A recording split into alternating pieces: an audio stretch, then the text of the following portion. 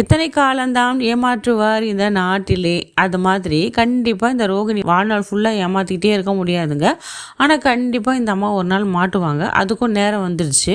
ஆமாங்க, ரோகிணி வந்து கண்டிப்பாக இந்த வாரத்தில் மாட்ட தான் போகிறாங்க. வீட்டில் எல்லாருக்கிட்டையும் புது சவாரிலாம் முடிச்சுட்டு முருகனோட சொந்தக்கார வீட்டுக்கு போகிறாங்க. அவங்களும் ஏதோ ரொம்ப மனசு கஷ்டமாக பேசிட்டு இருக்காங்க. நம்ம வாழ்க்கையில் வந்து நிறைய தப்பு பண்ணிட்டோம். நம்ம தம்பி பையனுக்கு வந்து கண்டிப்பாக நம்ம செய்ய வேண்டிய கடமைலாம் இருக்குது, செய்யணும். அதனால தான் நம்மளுக்கு குழந்தை இல்லைன்னு சொல்லிட்டு ரொம்ப ஃபீல் பண்ணி பேசிகிட்டு இருக்காங்க.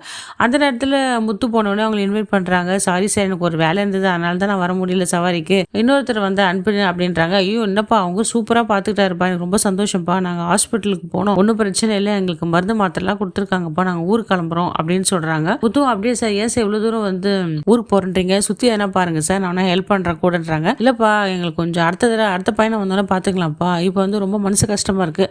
நாங்கள் 2 விஷயத்துக்காக இந்த ஊருக்கு வந்தோம், ஆனால் ஒரு விஷயம் தான்ப்பா நடந்தது. எப்படியோ டாக்டரை பார்த்துட்டு மாத்திரை மருந்துலாம் வாங்கிட்டோம்.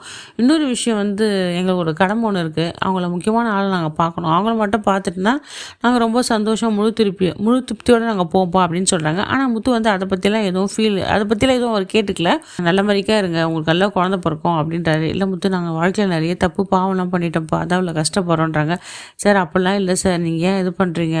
இல்லைப்பா, என்னோட தம்பிக்கு வந்து நான் ரொம்ப துரோகம் பண்ணிட்டேன், அதனால தான்ப்பா எங்களுக்கு வாழ்க்கையில் இந்த மாதிரிலாம் கஷ்டம் நடக்குது. ஏன்னா கண்டிப்பாக என் தம்பி பையனுக்கு வந்து நான் எதனா நல்லது செய்வேன் அப்படின்னு இவங்க சொல்கிறாங்க. நல்ல விஷயம் தான் சார், நீங்கள் நினைக்கிறதுலாம் நடக்கும்னு சொல்லிட்டு முத்துவும் அவங்கக்கிட்ட சொல்லிட்டு இருக்காரு. ஒரு கோயிலுக்கு போகிறாங்க. அந்த கோயிலில் பார்த்தீங்கன்னா நம்ம ரோகிணியோட அம்மாவும் கிருஷ்ணன் வெயிட் பண்ணிட்டு இருப்பாங்க.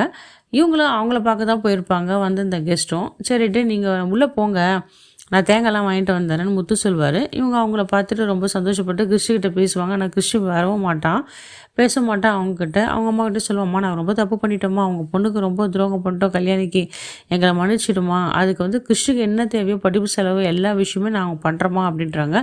நீங்கள் எல்லாம் சொல்கிறது ஓகேங்க, நீங்கள் ஏதோ ரொம்ப கெஞ்சி கேட்டதால தான் நாங்கள் இவனை கிறிஷை கூப்பிட்டு வந்தேன் பார்க்குறதுக்காக.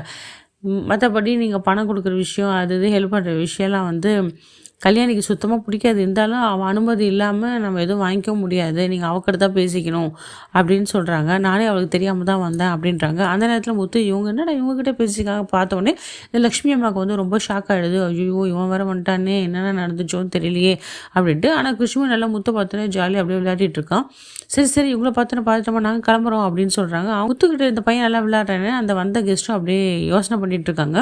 இல்லைப்பா, இந்த கிருஷ் வந்து என்னோடய தம்பி பையன் தான்ப்பா, இவங்கள பார்க்க தான் நாங்கள் வந்தோம் அப்படின்னு இவங்க சொல்கிறாங்க. அதுக்கு மேலே வந்து பெருசாக ஒன்றும் முத்து அவங்கக்கிட்ட டீட்டெயில்ஸாக எதுவும் கேட்டுக்கல. உடனே போய்ட்டு அவங்க அம்மா கால் பண்ணி திட்டுறாங்க. உனக்கு இதெல்லாம் தேவையில்லாத வேலை தானே, நான் உன்னை அங்கே போக சொன்னேன்னா ஏன் நீ இப்படி பண்ணுற, என் வாழ்க்கையில் இந்த மாதிரி டேமேஜ் பண்ணிகிட்டே இருக்க, கொஞ்சம் கூட புரியலையா, அறிவில்லையா அப்படின்னு சொல்லிட்டு அவங்க அம்மாவை திட்டுறாங்க. நான் என்னடி பண்ணுறது, அவங்க தான் எனக்கு ஃபோன் மேலே கால் பண்ணிகிட்டே இருக்காங்க, அவங்களும் கிருஷை பார்க்கணுன்னு சொன்னாங்க, அதனால தான் நான் கூப்பிட்டு போனேன் அப்படின்ட்டு. நீ கூட்டின்னு போனேன், அங்கே முத்து பார்த்தான்னா இதெல்லாம் தேவையா, அவன் வந்து இங்கே அப்படியே வீட்டில் சொல்கிறான், ஏமா நீ புரிஞ்சிக்க மாட்டியா, எப்போ பார்த்தாலும் எதனாவும் தப்பு தான் பண்ணிட்டு இருப்பேன்னு சொல்லிட்டு அவங்க அம்மாவை ரோகிணி திட்டிகிட்டே இருக்காங்க. சரி, முத்து வந்து மீனாவையும் கூப்பிட்டுட்டு இருக்காரு. என்ன நாளைக்கு பாட்டி வீட்டுக்கு போகணும், நம்ம தீபாவளி கொண்டாடணும், நம்ம நாளைக்கு பாட்டி வீட்டுக்கு போகணும் மீனா, குலதெய்வ கோயிலுக்கு போகணும்ல, அப்படியே பாட்டி வீட்டுக்கு நம்ம போகணும், நீ எப்போ வரும்னு கேட்குறாரு. ரொம்ப கஷ்டமாக இருக்குது, நீ வராதுன்றாங்க.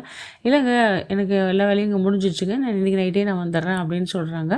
அடுத்த வர எபிசோடு தாங்க பார்க்க முடியும். கண்டிப்பாக வந்து ரோகிணியோட விஷயத்த முத்து கண்டுபிடிப்பாரா, இல்லை மீனா கண்டுபிடிப்பாங்களா என்னன்னு தெரியல. இந்த வீடியோ உங்களுக்கு பிடிச்சிருந்தா லைக் அண்ட் ஷேர் கமெண்ட் பண்ணுங்கள். அடுத்த வீடியோ உங்களை சந்திக்கிறேன். நன்றி, வணக்கம்.